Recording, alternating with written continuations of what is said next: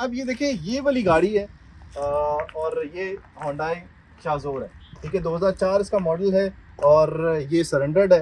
ये देखें इसका नंबर लिखा हुआ है और ये ऑक्शन में इस वक्त होगी, लॉट नंबर इसका 15 है।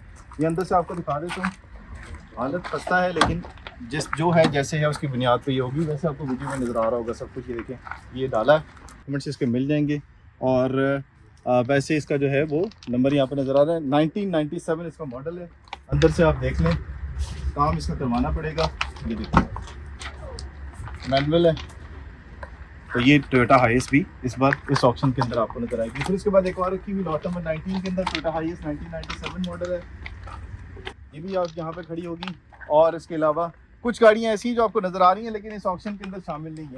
ये देखें, ये लॉट नंबर 8 में जो गाड़ी आपको नजर आएगी 19 जून में, वो आपकी इसके अंदर यहाँ पर मौजूद होगी। ये इसका फेक नंबर लगा हुआ है, लॉट LEB 12729।